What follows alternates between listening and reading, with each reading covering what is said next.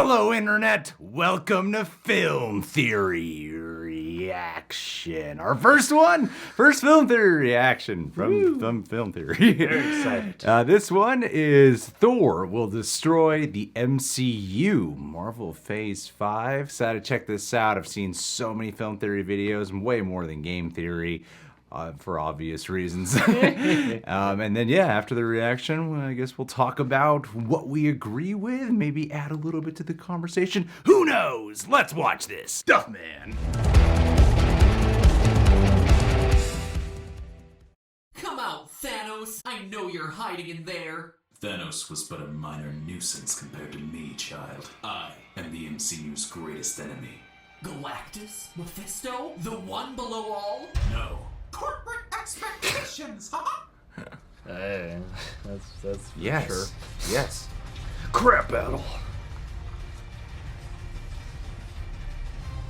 Hello, Internet! Welcome to Film Theory. The show that's only loosely been about major motion pictures ever since the global pandemic thrust Trolls World Tour into a default Oscar nod. But I gotta say, there is some that for good real? news to all of this downtime. I All don't the know. hours Didn't hear about that. looking for juicy, theorizable details can now be spent combing over the enormous backlog of comic books that have been piling up over the last few years. As loyal fans know, some of my best predictions That have come from comic book plot is lines. true. Marvel likes to test out That is ideas very for true. MCU in their comics first. And in Secret Empire number 7, changed Natasha makes audio. the ultimate sacrifice. But what's important here is that Black Widow has shown that she's willing to sacrifice herself to stop the worst possible timelines from playing out. But today, I'm going deeper. They got it right. So this one's gonna be right. Kevin Feige, formerly the head Marvel movie guy, is now just the head Marvel guy.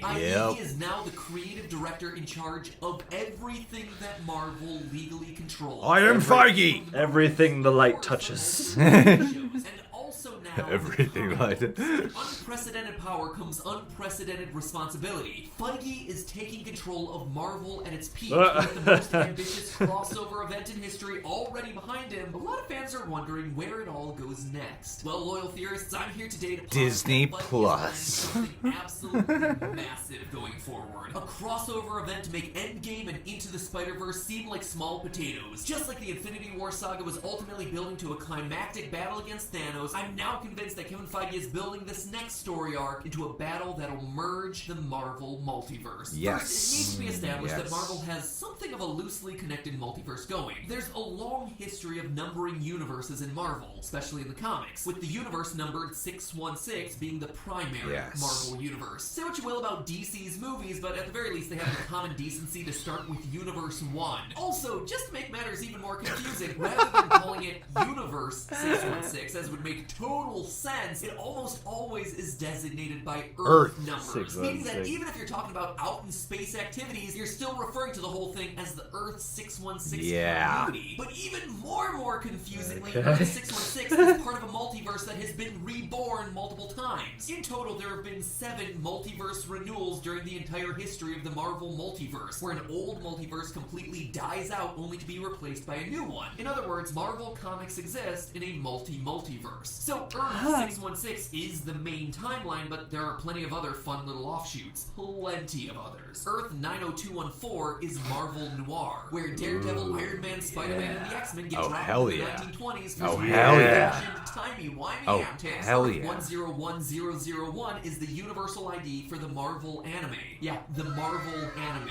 Earth Yes. 912 is where the 90s animated shows of both X-Men and Spider-Man come in. And Earth 65 is the universal ID for Spider-Gwen. Marvel's It's so the universe cool. where Gwen Stacy gets bitten by the radioactive spider instead of Peter Parker and goes on to become Spider-Woman, while Peter Parker turns himself into the Lizard in an attempt to be special like her. And yes, this is the same Dang. Gwen Stacy who gets pulled through a portal That's to be a right. part of Into the Spider-Verse, which itself takes place in Earth 1610. And now you can see, first off, how all confusing this zeros, is, but ones, and also how sixes. these things are starting to come together. God, Now, I in love the official editing of handbook this. The Marvel Universe A to Z, the MCU was given the designation of 199999, apparently named after the year Kevin Feige started producing the X-Men movie, plus just some more nines in there to sound cool. However, with Avengers Endgame, the MCU is now canonically not taking place in a single universe anymore. As discussed by Hulk and the Ancient One, The Infinity Stones create what you experience as the flow of time.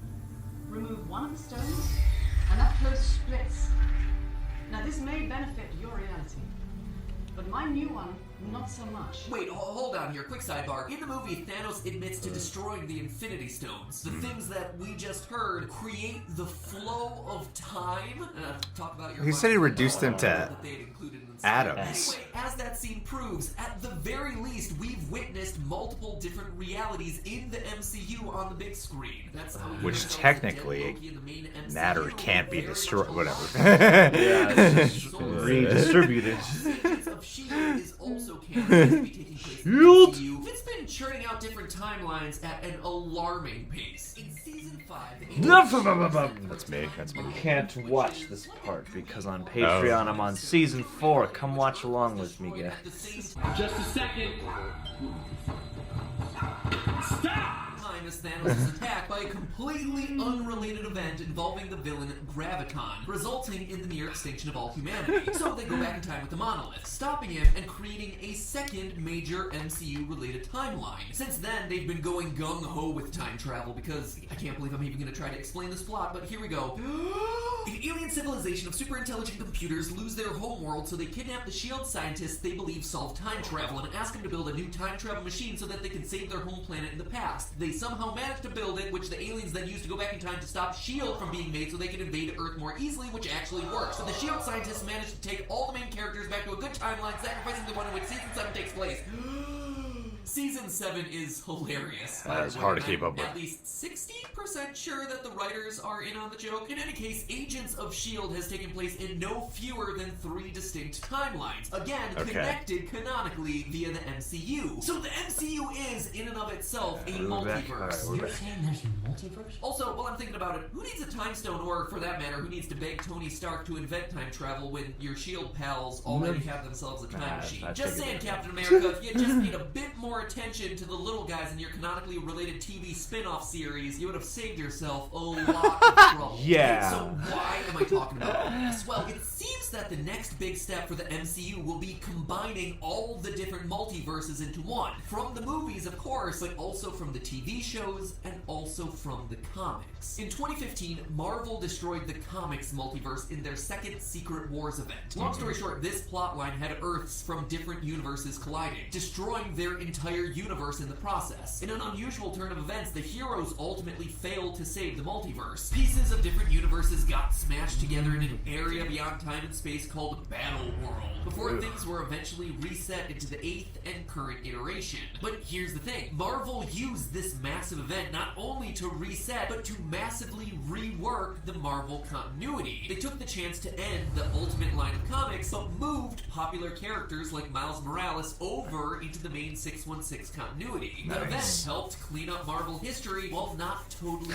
rewriting all of the characters. The idea was that new readers wouldn't have to know the entire history of the Marvel Universe just to get into a new book, but longtime readers didn't have to abandon everything that they knew and loved about their all-time favorites. So they're gonna do There's exactly evidence that that the again? MCU is setting up the pieces now for a multiverse-ending event of its own. Remember, Marvel, through the next few phases, needs to find a way to top Endgame, the most ambitious crossover in history, where all the greatest heroes in the universe collide. So how do you do that? By making all the greatest heroes in the multiverse collide. Or, to quote Anthony Russo talking about the next Avengers, quote, it would be the biggest movie you could possibly imagine. So that's what really excites us about the story. The ambition of it is even bigger than the ambition of the Infinity Saga. And before I completely write that off as insane, remember, Into the Spider-Verse introduced the world to the idea of not just a multiversal superhero movie, but a multiverse where characters could operate by wildly different rules. And based on its box office and critical success, you can bet Marvel is looking to crib some notes from that movie. The latest rumors burning up the internet all seem to indicate that Tobey Maguire from the 2000s era Spider-Man trilogy and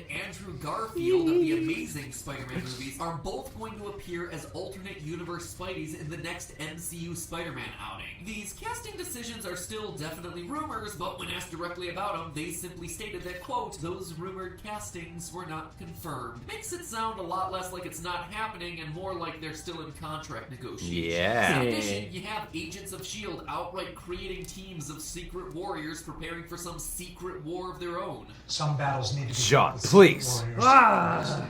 I think I've seen that clip. But it's the Thor comics that seem to most hint at what's coming. In both of the latest 2 Thor stories, Thor has been worried about the end of his universe. In the comic King Thor, a future Thor from Earth 11412 worries about the coming All Black, which is the end of his universe in the form of All Thor Black the God everything. Butcher and his Necro Sword. To quote from that series, but now the universe is a trembling invalid, collapsing in upon itself and wheezing its last. Soon there will only be entropy, an inert sea of all-consuming nothingness. It's really poetic. These are but life's final twitches. Behold, the dying of the light. What's more, the newest mainline Thor comics have focused around a similar malicious force, the Black Winter.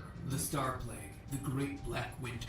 It is coming. Yeah, is winter coming for you, Thor? Don't worry, history proves true. It's not as bad as they make it out to be. Or is it? You see, maximum escalation of bad guys. As the Silver Surfer puts it, quote, the Black Winter killed the universe before ours, Thor. As Galactus devours worlds, the winter comes for realities. Just to showcase exactly how much of a bad guy the Black Winter really is, they showed him literally destroying the DC universe, which, gotta admit, is just top tier trolling. It's revealed that the Black Winter has destroyed the entire multiverse before, causing the end of the 6th incarnation of the universe. He is such a bad dude that even Galactus, who was the sole survivor of the last multiverse, is afraid of him. Galactus claims that to him, the Black Winter looks like Thor. And wouldn't you know it, but in the King Thor comic, we learned that Thor might actually be the one to cause the end of the universe. As they say there, all hail Thor, the End Father. No. Even the Black Winter himself calls Thor the End God. No. To me, one of the most interesting bits from the comics is this line, also from that recently released King Thor. Oh, wow. Would they go that Do you path? remember how this whole saga began? They wouldn't Jane do that, Foster, would the Mangog, the War of the Realms, the Cosmic God cop cases. Jane Foster, for those who don't remember, is Natalie Portman's character from the first 2 Thor movies and ever so briefly in Endgame. When Phase 4 was announced at last year's Comic-Con, Natalie Portman took the stage and triumphantly hoisted Mjolnir above her head, clearly signaling the coming of Jane Foster's Thor in the upcoming Thor Love and Thunder. So that's one pretty solidly off that checklist. Hope she gets the War buff. of the Realms also kind of happened in the MCU during the events of Thor 2. I bet you forgot about this one. The War of the Realms is actually a comic plot that came in the immediate aftermath of Thor 2, but dealt with similar issues as that movie, such as Malekith's attempt to destroy everything. So that is 2 off of that bucket list before the end of the universe. The Cosmic God cop cases haven't happened yet, but it's likely the Loki series will actually deal with these. You see, God cops are exactly what it sounds like. They are a police force for gods. Let's not get much deeper than that. Which honestly sounds like the sort of thing that would fit really well in a show about a renegade god, Loki, on the loose, I've heard messing this with theory moments before. throughout history, which is exactly how that Disney Plus Loki series is being described. And then finally there's Mangog, a villain that's not really worth explaining in detail here, but was trapped beneath Asgard in the comics. So he's probably still safely contained under the...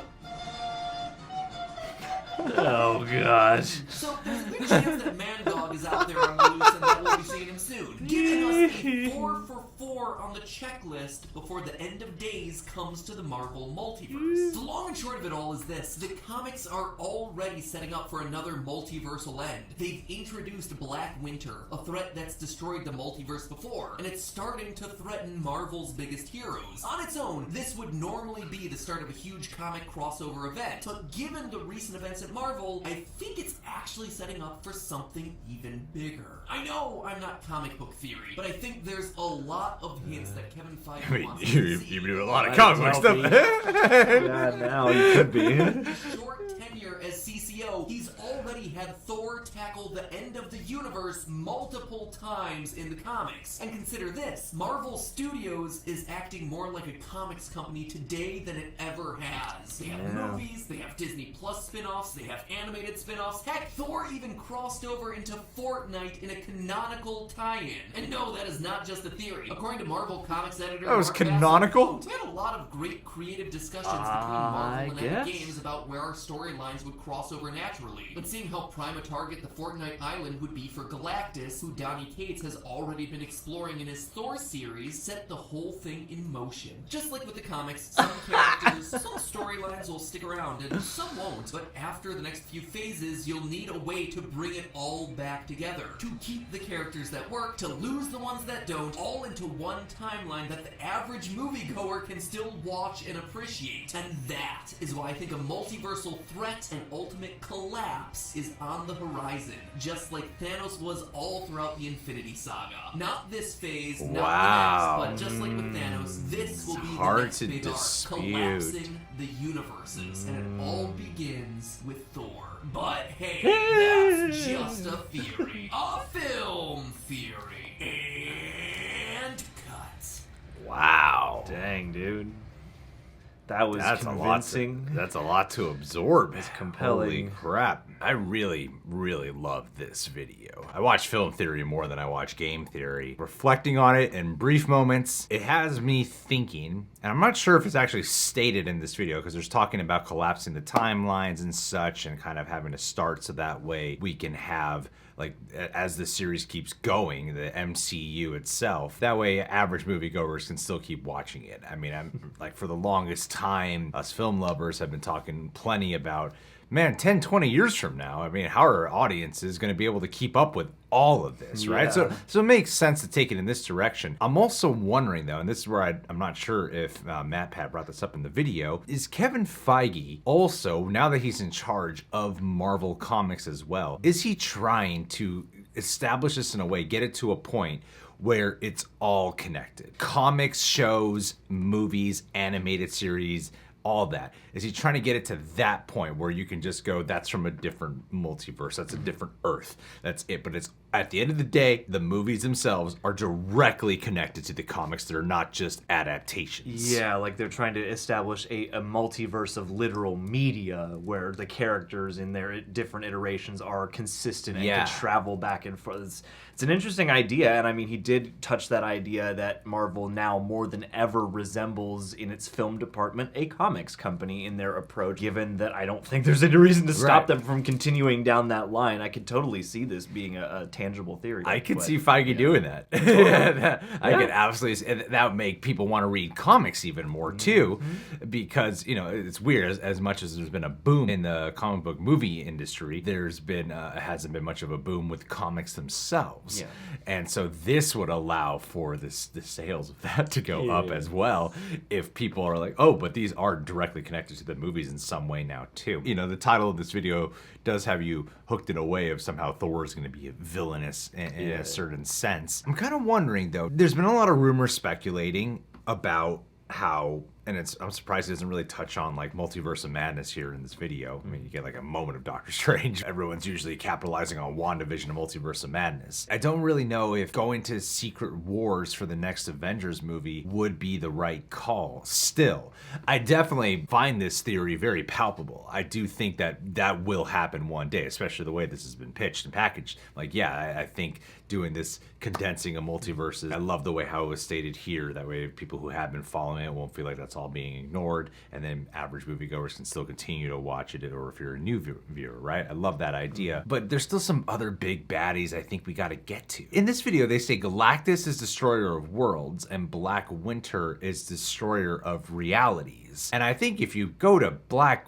Winter before you get to Galactus, and Galactus fears Black Winter. Especially given that detail. Yeah, I'm like, oh, I think you got to do your next crossover. It wouldn't be as good if Galactus then, right? It wouldn't be as good if you brought in Galactus after in a reset universe or something. Yeah. But I think especially with including the X-Men and Fantastic Four into the equation now, they're gonna want to do something that is akin to the resemblance of Secret Wars and the collapsing of the universes and such. There's obviously been hints so far already. Multiverse Madness, WandaVision, Endgame already does have a crossover of multiverses, and like they said here, we're having Loki. And I love the idea too. There were 4 Thor comics that we were listing specifically. I love the concept that 2 of them are already being taken care of that we know of. The 4th one, we'll see. But the 3rd one, God Cop, that's really neat if that really is what's happening in the Loki show, because Loki is a part of the Thor movies, the Thor world. So you can take care of it there, and then maybe Loki can come back into the equation and it all affects it. This is one of those things that sounds confusing and difficult to digest now,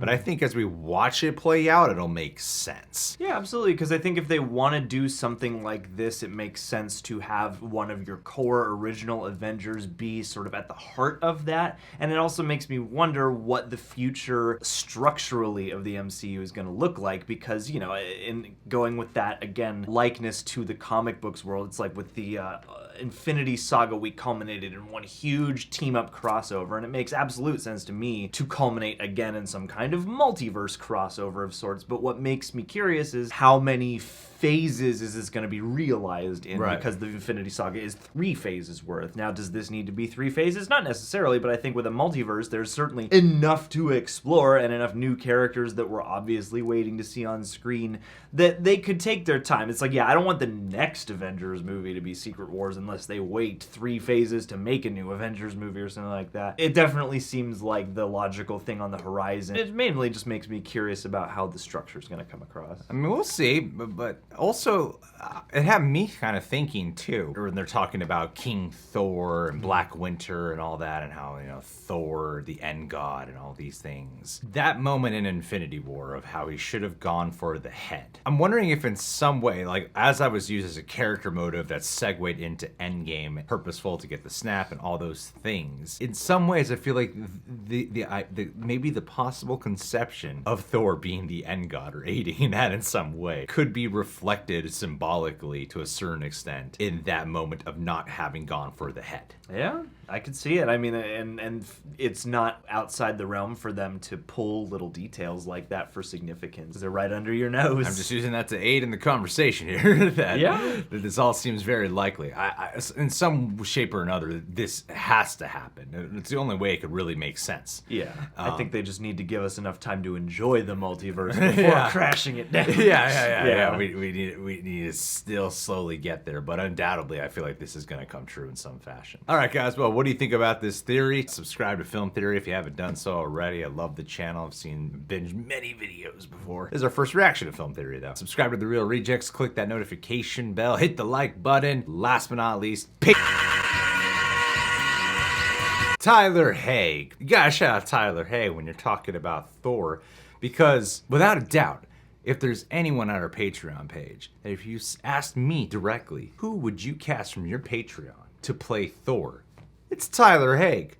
I'm not just saying that because it's your shout out, buddy. You're a Nordic god. You have that look that could embody it. You got the build, you got the beard. Now, if you could just have your voice go a little bit deeper, then you would definitely have it. But you have this imposing quality, yet the Marvel Thor, maybe not the actual Norse god Thor, but you got the Marvel the lovable, Thor. Fun yeah, Thor. like, I could actually, I feel safe with this guy. I can drink with this but guy and play some intimidated at the games right together. time. Yeah, exactly. So, buddy, I know you got your PS5 incoming. Can't wait to hear your feedback on it, and I can't wait to talk more games with you later on. I hope you're doing well. Hope you're being safe out there right now in Wisconsin. And also Haig theory. And also, I don't know. There's no also. Be safe. Love you, man. Just Hope love you're being you. safe.